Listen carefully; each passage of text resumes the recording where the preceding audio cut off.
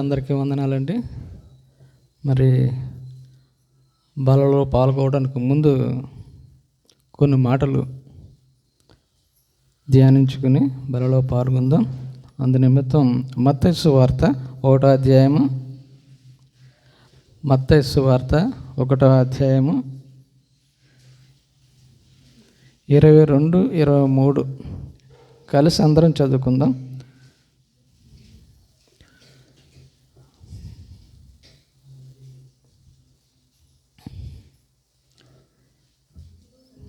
ఇదిగో కన్యక గర్భవతి అయి కుమారుని కనును, ఆయనకు ఇమ్మానుయేలును పేరు పెట్టుదురు అని ప్రభువు తన ప్రవక్తల ద్వారా పలికిన మాట నెరవేరినట్లు ఇది అంతయో జరిగిన. ఇమ్మానుయేలను పేరునకు భాషాంతరమున దేవుడు మనకు తోడని అర్థము. ప్రార్థన చేసుకుందాం. ప్రేమ నమ్మకము గల మా ప్రియ పరలోకపు తండ్రి, మీ ఘనమైన నామానికి లెక్కలేని స్తుతులు స్తోత్రమునైనా ప్రభు, ఇటు రీతిగా మీ ప్రభు దినాన్ని ప్రభు మిమ్మల్ని ఆరాధించడానికి, ఘనపరచడానికి, హెచ్చించడానికి, ప్రభు చిన్న మందగా కూడటానికి మీరు ఇచ్చిన శ్రేష్టమైన సమయం కొరకు స్తుతులు స్తోత్రంనైనా. వచ్చిన ప్రియబిడ్డలందరిని బట్టి మీకే వందనములు ప్రభు. ప్రభు బల్ల వర్తమానంలోను పాటలలోనూ ప్రభు మాకు సహాయంగా ఉన్నారు. అలాగే ప్రభు బలలో పాల్గొనడానికి ముందు ప్రభు మీ వాక్యము చేత సరిచేయబడాలని ఆశపడుతుండగా ప్రభు ఇచ్చిన లేఖన భాగాన్ని మా వినికిడిలో దీవించి ఆశీర్వదించండి. అలాగే ప్రభు అల్పుడిని నన్ను మరుగుపరిచి మీరే నాతోనూ మాతోనూ మాట్లాడమని యేసు పరిశుద్ధ నామమున మిక్కిలి వినయంతో బ్రతమాలు వేడుకుంటున్నాను తండ్రి, ఆమేన్. ఇప్పుడు అంతా క్రిస్మస్ క్రిస్మస్ క్రిస్మస్ అందరికీ మనకి ఈ నెలంతా 1వ తారీఖు మొదలుకొని మరి జనవరిలో కూడా క్రిస్మస్లు చేసే సంఘాలు ఉన్నాయి. కాబట్టి అందరూ మనకి వాక్యం ఎక్కడ ఉన్నా ఎక్కడికి వెళ్ళినా వాక్యం సమృద్ధి. మరి ఆరాధన వర్తమానం ఎలా జర్మీ అద్భుతంగా మనకు చెప్పారు. కానీ నాకేమనిపిస్తుందంటే జర్మీ ప్రతి మెసేజ్లోనూ చేపల పులుసు, చేపల కూర, ఈ వంటలు చెప్తున్నాడు. అది నాకేమనిపిస్తుందంటే చెప్పగా తినగా వేము తీయగా ఉంటుంది అంటారు కదా, అలాగే చెప్పగా మరి సిస్టర్స్ కూడా జర్మీ ఎంత బాగా చేస్తున్నాడు, మీరు కూడా నేర్చుకోవచ్చు కదా, మీరు కూడా నేర్చుకుని మాకు వండొచ్చు కదా అంటారేమో అని ఒక్కోసారి భయం వేస్తుంది జర్మీ అలా చెప్తుంటే. అవును కదా. ఎందుకంటే ఒక చిన్న సంఘటన చెప్తాను. వాక్యానికి వెళ్ళటానికి ముందు ఒక ఆయనట తన భార్యకి చీరలు తెస్తుండేవాడట. కొనుక్కొని మంచి చీరలు 2,000, 3,000 అలా తెచ్చి భార్య అనేదంటే, ఎందుకంటే ఇంత ఖరీదు పెట్టి కొంటున్నారంటే, అబ్బాయి అంత ఖరీదు ఏం కాదు 500 అనుకోడట. 500 అంటే ఆవిడ చాలా ఆనందపడేదట. తక్కువలో ఇంత మంచి చీరలు తెస్తున్నాను నా భర్త కాబట్టి, నా భర్త చాలా తెలివైనడు, చాలా బేరాలాడి తెస్తాడు అనుకుంటుందట. ఈవిడి బీరువాలో పెట్టుకుని దాచుకోదు. స్త్రీలకు సహజంగా ఏంటంటే తనకు ఉన్నది ఇంకొకరితో పంచుకోవాలి, షేర్ చేసుకోవాలంట. పక్క వాళ్ళు చూసినప్పుడు ఎంత అంటే 2,000 అంటే, అబ్బాయి కాదు 500కి మా ఆయన బేరమాడి తెచ్చినాడు అందట. మరి వీళ్ళు ఊరుకుంటారా? వాళ్ళ భర్తలకు చెప్పుకోరట, అదిగో ఆయన చూడండి 2,000 రూపాయలు ఉన్న చీరను 500 తెస్తున్నాడు అంటే, అది సాధ్యం కాదు అంటే, అబ్బాయి లేదా ఆయన తెస్తున్నాడంటే, వీళ్ళకి ఒకరోజు ఏం చేశారంటే వీళ్ళందరూ కలిసి, అబ్బాయి ఈయన నీ ఏదో చేయాలి, లేకపోతే మనం ఇబ్బందులు పడుతున్నాం, మన భార్యలో మనల్ని తింగరోళ్ళలా చూస్తున్నారు అని ఓ పని చేయండి, మీ 500 తలా 500 మీరు ఇవ్వండి ఆయనకి, ఇదే టైపులో చీర, ఇదే రకమైన చీర, ఇదే క్వాలిటీ చీర తెమ్మనంటే, పేటలో ఆ వీధిలో ఉన్న వాళ్ళందరూ 10-15 మంది కలిసి తలా 500 తెచ్చి, ఏమండి మీరు చాలా తెలివైన వాళ్ళు, మీరు చాలా మంచివాళ్ళు, కొద్ది తెచ్చిపెట్టండి అని ఏం చేయాలి? ఈయన తేవాలంటే ఎంత తేవాలి? 1,500 రూపాయలు ఎక్స్ట్రా వేసుకుని తేవాలి. అప్పుడు దండం పెట్టేసాడంట, అమ్మా నేను నా భార్యని మెచ్చుకుంటుందని నేను ఇలా చెప్తున్నాను, కానీ వాస్తవానికి అది 2,000 అన్నాడు. అలాగా మరి చేపల కూరలో మరి అందరికీ కొంతమందికి మంచి వంట ప్రావీణ్యం ఉంటుంది. అది మగవాళ్ళైనా కావచ్చు, స్త్రీలైనా కావచ్చు. కానీ జర్మీ మరి అన్నిట్లోనూ ప్రావీణ్యం ఉంది. వంట బాగా చేస్తాడు, టీ బాగా పెడతాడు, ఇవన్నీ ఉన్నాయి. అయితే గ్రేసీకి ఇస్తే రాదని కాదు, వీళ్ళు కూడా బాగా చేస్తారు. ఇంతకు విషయం ఏంటంటే వీళ్ళిద్దరు బాగా చేస్తారు, మంచి వంటలు చేస్తారు బిడ్డలిద్దరు. కాబట్టి ప్రియమైన వాళ్ళారా, ఇక్కడ మనం చదువుకున్న భాగం ఏంటంటే, ఇదిగో కన్యక గర్భవతి కుమారుని కనును, ఆయనకి ఇమ్మానుయేలు పేరు పెట్టుదురు అని ప్రభు తన ప్రవక్తల ద్వారా పలికిన మాట నెరవేరినట్లు ఇదంతయు జరిగింది. ఇమ్మానుయేలు పేరుకు భాషాంతరం ఏంటంటే దేవుడు మనకు తోడు. అదే మాట మరి యెషయా ప్రవక్త పలికిన మాటను ఒకసారి చూద్దాం. యెషయా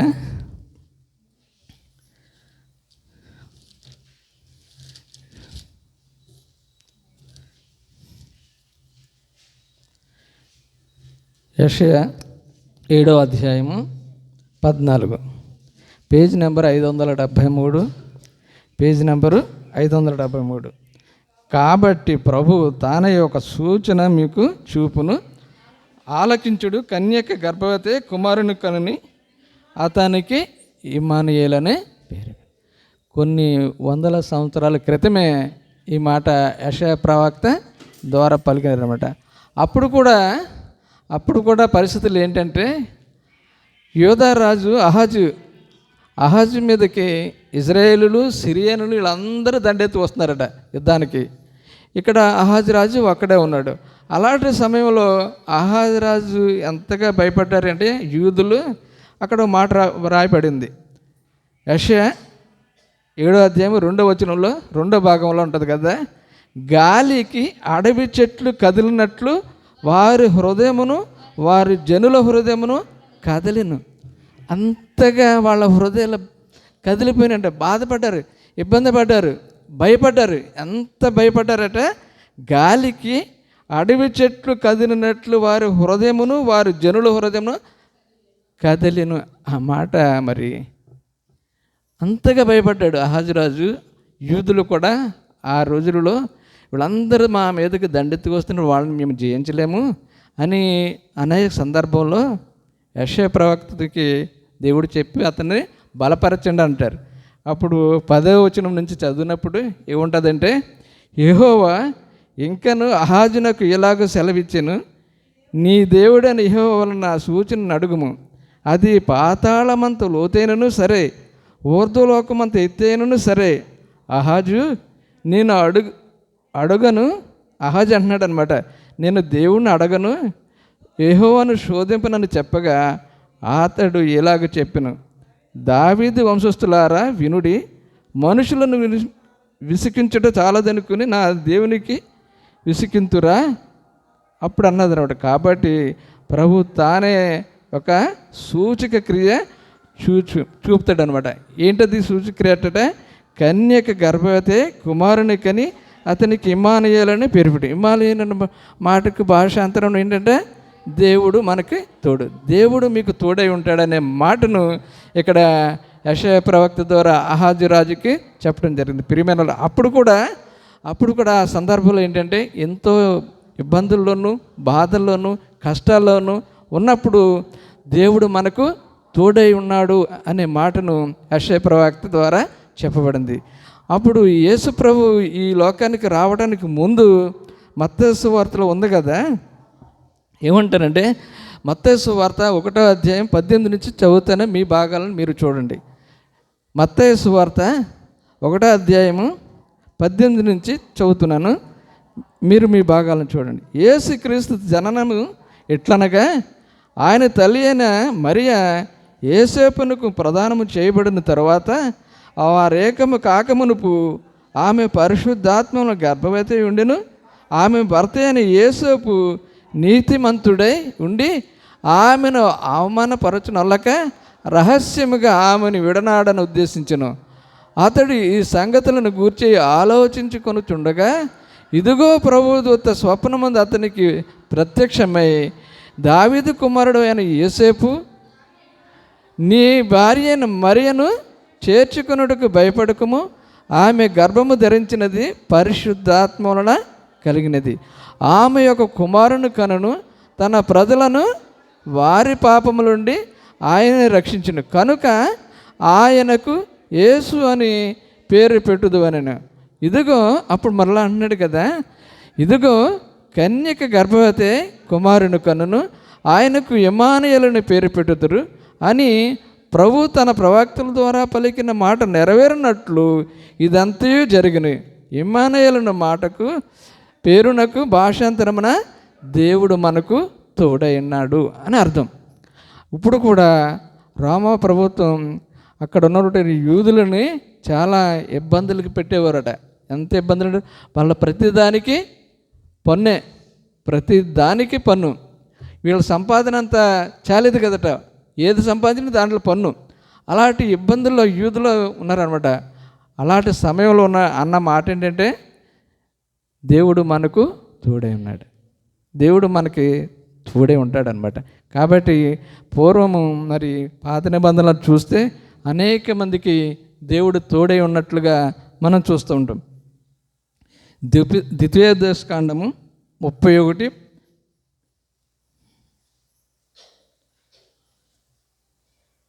ద్వితీయోపదేశకాండం 31వ అధ్యాయము 6వ వచనం.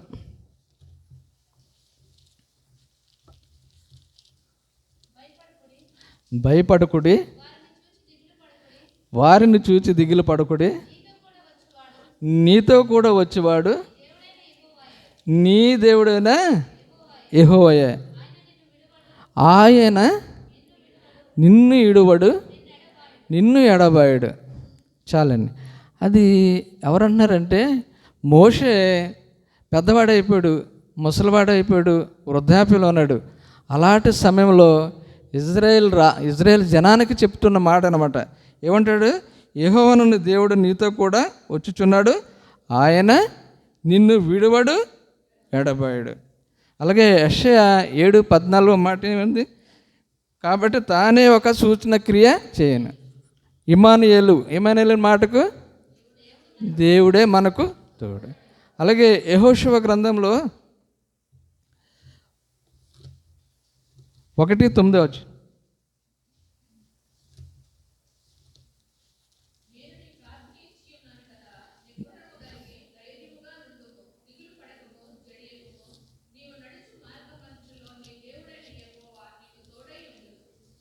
చాలండి.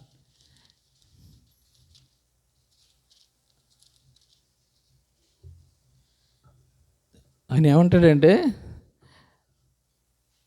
మోషే చనిపోయిన తర్వాత దేవుడు ఎవరిని ఏర్పరచుకున్నాడు? ఇజ్రాయేల్ను నడిపించడానికి యెహోషువని నడిపించుకున్నాడు. యెహోషువ భయపడుతున్నాడు. వీళ్ళందరూ నేను అలాగ మోషే గారు అయితే ఏదో చేశాడు, కానీ నేను చేయగలను, వీళ్ళని నడిపించగలను అన్నప్పుడు ఈయన ఏమంటాడంటే, దేవాది దేవుడు, నేను మోషేకు తోడై ఉన్నట్లు నీకు కూడా తోడై ఉంటున్నా అని ఏమంటాడంటే ఈయన, నేను నీకు ఆజ్ఞాపించున్నాను కదా, నిబ్బరము కలిగి ధైర్యముగా ఉండుము, దిగులు పడకము, జడియకము, నీవు నడుచు మార్గం అంతటిలోనూ నీ దేవుడైన యెహోవా నీకు తెలుసు. అది మనకు తోడై ఉన్న దేవుడు. ఆనాడు ఇజ్రాయేలు జనానికి ఎలాగ తోడై ఉన్నాడు? వాళ్ళ ప్రయాణం అంతటిలోనూ పగలు మేఘస్తంభంగాను, రాత్రి అగ్నిస్తంభంగాను ఉండి నడిపించిన విధానం మనకు తెలుసు. ఎందుకంటే పగలు ఎండ దెబ్బ తగలకుండా మేఘస్తంభంగాను, రాత్రి చలి దెబ్బ తగలకుండా అగ్నిస్తంభంగాను వాళ్ళని నడిపించిన దేవాది దేవుడు. అలాంటి స్థితిలో మనల్ని కూడా దేవుడు తోడుగా ఉండి నడిపించే విధానం మనం చూస్తూ ఉన్నాం. అలాగే దావీదుకి 23వ అధ్యాయము కీర్తన 4వ వచనం ఒకసారి చదువుకుందామా?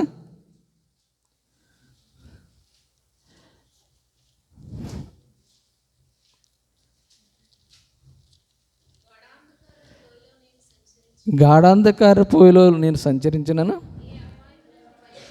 ఏ అపాయమునకు భయపడను, నీవు నాకు తోడై ఉందువు. చాలు. గాఢాంధకారపు లోయలలో నేను సంచరించినను ఏ అపాయమునకు భయపడను అనే నిశ్చిత ఎలాగొచ్చిందంటే ఆయనకి, ఆయన దేవుణ్ణి అంతగా నమ్మాడనమాట. దావీదు దేవుని అంతగా నమ్మాడు. ఎందుకంటే నీ ఏ స్థితిలో ఉన్న దేవుడు నాకు తోడుగా ఉంటా అంటాడు. ఎందుకంటే సౌలు దావీదును తరుముతున్నాడు. సౌలు రాజు దావీదును చంపాలని తరుముతున్నాడు. ఎంతగా తరుముతున్నాడంటే ఆయన ఎక్కడికి వెళ్తే అక్కడికి వస్తున్నాడు. దావీదు పలానా చోట ఉన్నాడు అనేటప్పటికి అక్కడికి వెళ్ళిపోతున్నాడు. ఈ లోపల దావీదు వేరే చోటకి వెళ్తున్నాడు.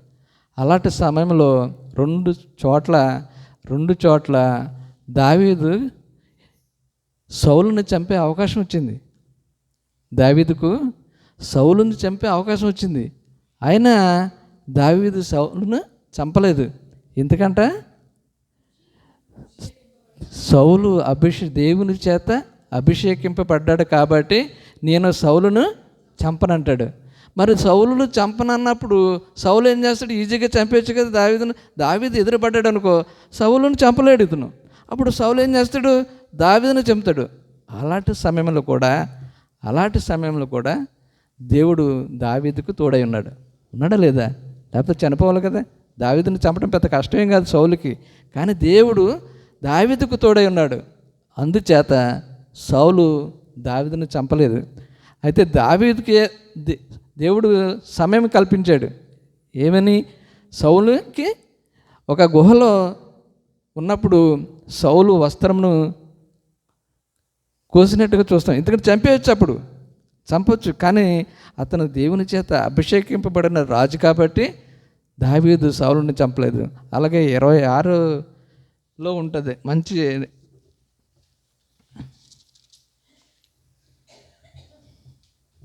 ఇక్కడ ఎలాగ ఉంటుందంటే ఒక చోట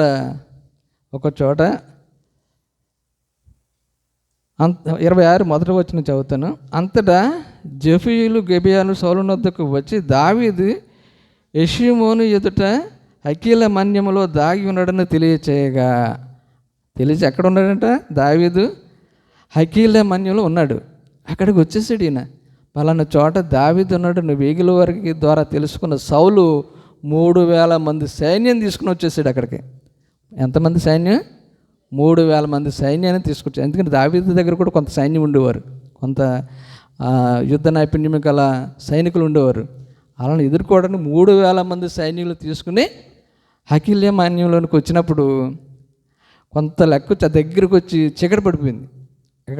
చీకటి పడిపోతే సౌలు అక్కడ బస చేసినప్పుడు దావీదుకి తెలిసింది.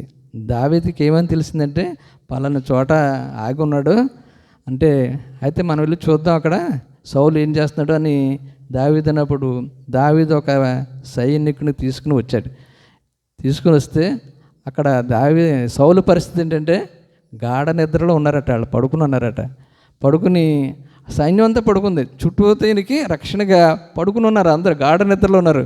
అతని ఈట ఎక్కడుందట? తల దగ్గర అలా నిలేసి ఉంచుకున్నాడు. తలగడ దగ్గర ఒక నీళ్ళబుడ్డి ఉంచుకుని ఉన్నాడు. అలాంటి పరిస్థితుల్లో దావీదు చూసే సైన్యుడు అంటాడు. అతను ఏమంటాడంటే 7వ వచనంలో ఉంటుంది ఆ మాట. ఒకసారి చదువుకుందాం. దావీదును అభిషేయును రాత్రివేళ ఆ జనుల దగ్గరకు పోగా సౌలు దండు కొత్త స్థలంలో పండుకొని నిద్రపోవచ్చుండును. అతని ఈటే అతని తలగడ దగ్గర నేలను నాటియుండును. అబ్నేరును జనులను అతని చుట్టూ పండుకుని. అప్పుడు అభిషేయ దావీదుతో అంటున్నాడు కదా, దేవుడు ఈ దినమున నీ శత్రువును నీకు అప్పగించిన కాబట్టి నీ చిత్తమేత ఈటితో ఒక పోటు పొడిచి నేను అతని భూమికి నాటివేతును, ఒక్క దెబ్బతోనూ పరిష్కారము చేతుననక. అక్కడ అభిషేక్ అంటున్నాడు, ఇక్కడ దేవుడు నీకు అవకాశం ఇచ్చాడు. దావీదు గారు అతను సౌలును చంపడానికి నీకు మరొకసారి అవకాశం వచ్చింది.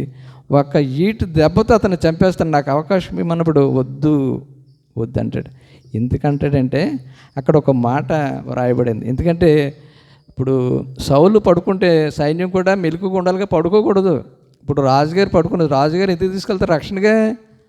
ఈయన ఎక్కడైనా విశ్రాంతి తీసుకుంటే చుట్టూతా కాపలా కాయాలి సైన్యం, అంతేనా వాళ్ళు కూడా పడుకోవాలా? అది కాదు కదా, అందుకు కాదు కదా తీసుకెళ్ళింది. అయితే ఇక్కడ దేవుని యొక్క మరి గొప్ప సంగతి ఏంటంటే, యెహోవా చేత 12వ వచనంలో సౌలు తలగడ దగ్గర ఉన్న ఈటెను నీళ్ళ బుడ్డును తీసుకుని వారిద్దరూ వెళ్ళిపోయారు. ఎవరు? దావీదు గారును అభిషేక్ వెళ్ళిపోయినప్పుడు యెహోవా చేత వారికి అందరికీ గాఢ నిద్ర కలుగగా వారిలో ఎవడును నిద్ర మేలుకొనలేదు, ఎవడును వచ్చిన వారిని చూడలేదు, జరిగిన దాన్ని గుర్తుపట్టినవాడు అక్కడును లేడు. అక్కడ ఇది ఎలా జరిగింది? ఇది ఎందుకు జరిగింది? ఇప్పుడు సౌలుకి సైన్యం 3,000 మంది సైన్యం తీసుకెళ్ళిన సౌలు నిద్రిస్తున్నప్పుడు అతను కాపలగా ఉండవలసిన సైన్యం, చుట్టూతో ఉండవలసిన సైన్యం వాళ్ళకి గాఢ నిద్ర కలుగజేసాడు దేవుడు. ఎందుకు కలుగజేసాడు? దేవుడు దావీదుకు తోడై ఉన్నాడు. దావీదుకి తోడై ఉండటం వలన ఆ మాట నాకు ఎంతగా ఈ భాగం చదివినప్పుడు నాకు చాలా నచ్చింది. ఇది ఏమంటాడంటే, యెహోవా చేత అందరికీ గాఢ నిద్ర కలగజేసాడు. అది దేవుని యొక్క తోడు అనమాట. ప్రియమైన వాళ్ళారు, మరి మనకు కూడా అలాంటి పరిస్థితుల్లో మనకు ఉంటే దేవుడు మనకి తోడుగా ఉంటాడు. దేవుడు మనకి తోడుగా ఉంటాడు. ఎప్పుడు ఉంటాడు దేవుడు తోడుగా? దేవుని మీద మనం ఆధారపడినప్పుడు. దావీదు అలా ఆధారపడ్డాడు. ప్రతి విషయంలోనూ దావీదు దేవునికి మొరపెట్టుకునేవాడు. దావీదు దేవునికి మొరపెట్టుకునేవాడు. తన మరణం విన్న దేవుడు దావీదుకు తోడుగా ఉన్నాడు. అలాగే ఇంకో భాగం చదువుకుని యెషయా 43లో ఓ మాట మనం చదువుకుందాం.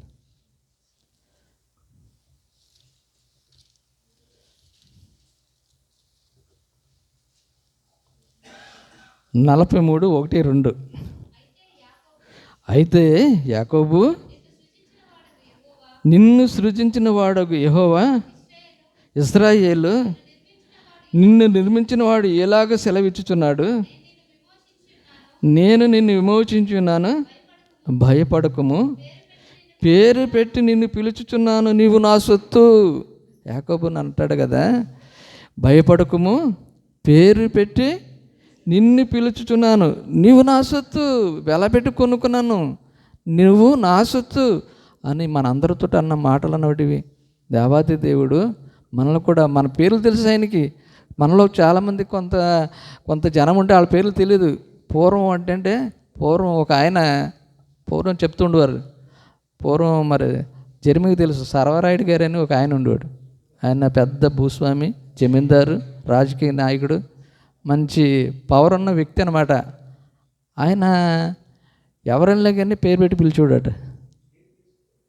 ఎవరైనా కానీ హైదరాబాద్ వెళ్ళారనుకో, అక్కడ ఆయన కలుసుకోవడానికి నల్లటోడు ఎవడైనా వెళ్ళారనుకోండి, అంటే ఆ కాన్స్టిట్యూషన్లో వాళ్ళు అనమాట. అవే సూర్యచంద్రం ఇలాగొచ్చేవింట అనవాడంట. వీళ్ళు ఆశ్చర్యపోయారంట, నా పేరు వీళ్ళకి గుర్తుంది, నా పేరు ఇంకా గుర్తుందా అంట. కొంతమందికి అలా మెమరీ ఉంటుంది. కానీ దేవాదేవుడికి మెమరీ ఏంటి? సర్వం తెలుసు ఆయనకి. ఆయన మన పేర్లు పెట్టి పిలుస్తాడట. ఏమన్నాడు? పేరు పెట్టి నిన్ను పిలుచుచున్నాను, నీవు నా సొత్తు, నీవు జలములలో పడి దాటునప్పుడు నేను నీకు తోడై ఉందును, నదులలో పడి వెళ్ళినప్పుడు అవి నీ మీదకి పొర్లి పారవు, నీవు అగ్ని మధ్య నడుచుచున్నప్పుడు కాలిపోవు, జ్వాలలు నిన్ను కాల్చు. అలాంటి పరిస్థితుల్లో కూడా దేవాది దేవుడు తోడుగా ఉంటాడు. ప్రియమైన వాళ్ళారా, మరి దేవుడు మనకు తోడై ఉన్నాడు. ఆయన ఇమ్మానుయేలును మాటకు అర్థము భాషాంతరం, అంటే ట్రాన్స్లేషన్, అది హెబ్రూ పదం. అంటే మనకేంటంటే దేవుడు మనకు తోడై ఉండని. అలాగే ఇంకో భాగం చదువుకుని ముగించుకుందాం.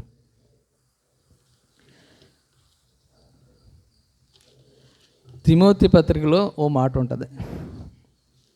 తిమోతి పత్రిక పేజీ నెంబర్ 190.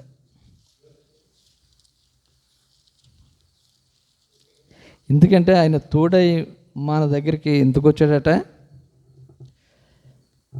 తోడై ఉండడానికే కాదు. క్రీస్తు జననం యొక్క ముఖ్య ఉద్దేశం ఏంటంటే 15వ వచనం, పాపులను రక్షించుటకు క్రీస్తు యేసు లోకమునకు వచ్చిన వాక్యము నమ్మదగినది, పూర్ణాంగీకారమునకు యోగ్యమైనదై ఉన్నది. అట్టి వారులు నేను ప్రధానుడు. ఎన్నిక లేని పౌలు అంటున్నాడు అనమాట, అట్టి వాడిలో ప్రధాని నేను. అంటే అంతగా తగ్గించుకుంటాడు. ఎందుకంటే అంత ముందు భాగం చదివితే 12వ వచనంలో ఉంటుంది కదా, పూర్వము దోషకుడను హింసకుడను హానికరుడను నన్ను తన పరిచర్యకి నియమించి నమ్మకమైన వానిగా ఎంచినందుకు నన్ను బలపరిచిన మన ప్రభు అయిన క్రీస్తు యేసు కృతజ్ఞుడై ఉన్నాను. తెలియక అవిశ్వాసములను చేస్తున్న కనుక కనికరింపబడితిని. మరియు మన ప్రభు యొక్క కృపయు క్రీస్తు యేసునందున్న విశ్వాసమును ప్రేమయు అత్యధికముగా విస్తరించిన. అది పౌలు యొక్క నిరీక్షణ. పౌలు యొక్క నిరీక్షణ అన్నమాట. ఎందుకంటే సౌలుగా ఉన్నప్పుడు ఎంతో దుర్మార్గుడిగా ఉన్న సౌలు దేవుడు తనని దర్శించినప్పుడు మారిపోయి అన్న మాట ఏంటంటే, పాపులను రక్షించుటకు క్రీస్తు యేసు లోకమును వచ్చిననే వాక్యము నమ్మదగినది, పూర్ణాంగీకరణకు యోగ్యమై ఉన్నదని నమ్మాడు. అలా నమ్మిన వాళ్ళనంటే నేను ప్రధానుడని, నేను ముందుగా నమ్ముతాను. అలాగా క్రీస్తు యేసు ఈ లోకానికి ఎందుకు వచ్చానంట? పాపులను రక్షించుటకు. కాబట్టి ప్రియమైన వాళ్ళారు, ఆయన మరి ఇమ్మానుయేలుగా ఈ లోకంలో ఉన్నారు. మనం అనేక శ్రమల గుండా వెళ్తుంటాం, అనేక బాధల గుండా ఉంటుంటాం, నిరీక్షణ లేని వారుగా ఉంటుంటాం. అయ్యే నేను ఒక్కడనే ఇంత ఇబ్బందులు పడుతున్నానా, ఇన్ని ఇబ్బందుల, ఇన్ని బాధల, నా కుటుంబంలో ఇలాగ జరగాల, నాకే ఇలా జరగాల అనే ఒక నిరీక్షణ లేని స్థితిలో మనకు వెళ్ళిపోతుంటారు. అలాంటప్పుడు ఈ మాటలు మనం చదువుకుంటే దేవుడు మనకు తోడై ఉన్నాడనే ఒక మాటను మన చేతి ఎంతో భరోసా. దేవుడు మనకు తోడై ఉన్నాడు, మనకి భయం లేదు. ఈ భయపడకు అనే మాట బైబిల్లో అనేక సార్లు వ్రాయబడి ఉన్నది. దేవుడు మనల్ని భయపడకమని చెప్తున్నాడు. ప్రియమైన వాళ్ళరా, మనకు ఎందుకంటే దేవుడు మనకు తోడై ఉన్నాడు. ఎందుకంటే ఒక భాగం నేను చదివి వినిపిస్తాను. అపరాధం భావము అనేది బానిసత్వంలో ఉన్నారా? ఏంటంటే నేను ఈ స్థితిలో ఉన్నాను, నన్ను ఎవరో పట్టించుకోవట్లేదు, నాకే అన్నీ ఉన్నాయి, నాకే అన్ని బలహీనతలు, అన్ని బాధలు నాకే అనే స్థితిలో ఉన్నావా? గమనించండి, యేసు సిలువ క్రిందకు నిలుచున్న నువ్వు, అంటే యేసు సిలువ చెంతకు నువ్వు వస్తే దేవుడు త్రోసివేసేవాడు కాదు. నిన్ను పట్టుకుని నడిపించుటకు నీ చెంతనే ఉంటాడు, మన దగ్గర ఉంటాడట. ఆయన మనల్ని పట్టుకుని నడిపించాడు. దావీదు అంటాడు కదా, అగాధ జలములలో నేను ఉన్నప్పుడు తన దక్షిణ హస్తాన్ని ద్వారా తన అగాధ జలములలో గుంటలలో పడిపోయిన నన్ను పైకి లేపిన దేవుడు అంటాడు దావీదు. అలాగే నిరాశలో, నిస్పృహలో, నిరీక్షణ లేని స్థితిలో ఉన్నామేమో ఒక్కసారి జ్ఞాపకం చేసుకునండి. దేవుడు నీతో ఉంటూ నిన్ను కాపాడుటకు, సహాయం అందించుటకు సిద్ధ మనస్కుడై ఉన్నాడు. మనము ఎటువంటి స్థితి గుండా వెళుతున్నాను, ఒక నిర్దిష్టమైన నిరీక్షణ కలదు. ఒక నిర్దిష్టమైన నిరీక్షణ. మనం ఎన్ని బాధల్లో ఉన్నా, ఎన్ని ఇబ్బందులు ఉన్నా, మనకు ఒక నిర్దిష్టమైన నిరీక్షణ. ఆ నిరీక్షణ ఏంటి? దేవుడు మనకు తోడై ఉన్నాడు. కాబట్టి ఇమ్మానుయేలుగా ఆయన ఈ లోకానికి వచ్చాడు. ఎందుకు? దేవుడు మనకు తోడగా ఉండకి. ఆనాడు యెషయా ప్రవక్త ద్వారా పలికిన మాట మరి ఈనాడు మరి యేసు ప్రభు ద్వారా మనకి దేవుడు తోడుగా ఉన్నాడనే ఇమ్మానుయేలుగా ఆయన ఇక్కడికి వచ్చాడు. ఎవరిది అంటున్నారు? ఈయన యేసేపు గురించి ఉన్న మాట ఏంటంటే, మరియకు ప్రదానం చేయబడిన యేసేపు గురించి చెప్పిన మాట అంటే, యేసేపు ఎవరట? నీతిమంతుడు. యేసేపు నీతిమంతుడు కాబట్టే రహస్యంగా విడనాడాలనుకున్నాడు. మరియను రహస్యంగా విడనాడాడు. మరి దేవదూత చేత మరి తెలియపరచబడిన మాటలను బట్టి మరి అది చేర్చుకున్నాడు. ఎందుకంటే అతను నీతిమంతుడు. ప్రియమైన వాళ్ళ మనం కూడా మనం ఏ స్థితిలో ఉన్నా, ఎన్ని ఇబ్బందులు ఉన్నా మనకు ఒక నిరీక్షణ ఉంది. మనకొక నిరీక్షణ, ఆ నిరీక్షణే దేవుడు మనకు తోడై ఉన్నాడు. కాబట్టి బలలో పాల్గొనడానికి ముందు మనం ఈ నిరీక్షణ మనం కలిగి ఉన్నామా లేదా మనం పరీక్షించుకుని బలలో పాల్గొందాం. దేవుడి లేఖన మన కొరకు దీవించును కాక. ఆమేన్. సన్నీ రావాల్సిన వాడిగా ఉన్నాడు ఇక్కడ.